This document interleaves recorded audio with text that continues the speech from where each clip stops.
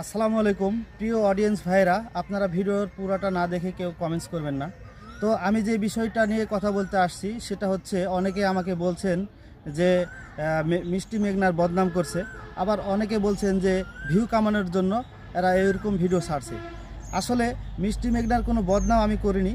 আমি একটা কথাই বলেছি যে আমরা যখন তাদের বাড়িতে গিয়েছি, মেঘনা এবং রাব্বি আমাদেরকে আমরা যখন বাড়ি থেকে গিয়েছি, তারা বাড়ির মধ্যে ছিল। পরে আমরা বাইরে থেকে আসে আবার যখন বাড়ির মধ্যে আসছি তখন তারা দরজা লাগা দিয়েছে, এতটুকু কথাটা বলেছি। আর একটা কথা বলেছি যে নানি আমাদেরকে পাত্তা দেয়নি। এটাই যদি দোষ হয়ে থাকে আমি এই কথাটাই বলেছি। তো ভিডিওগুলো আপনারা দেখার পরে কমেন্টস করবেন। আর আরেকটা কথা হচ্ছে, আমি মানুষের কারণ আমি বদনাম করিনি, আমি শুধু বলেছি এই দুইটা কথা।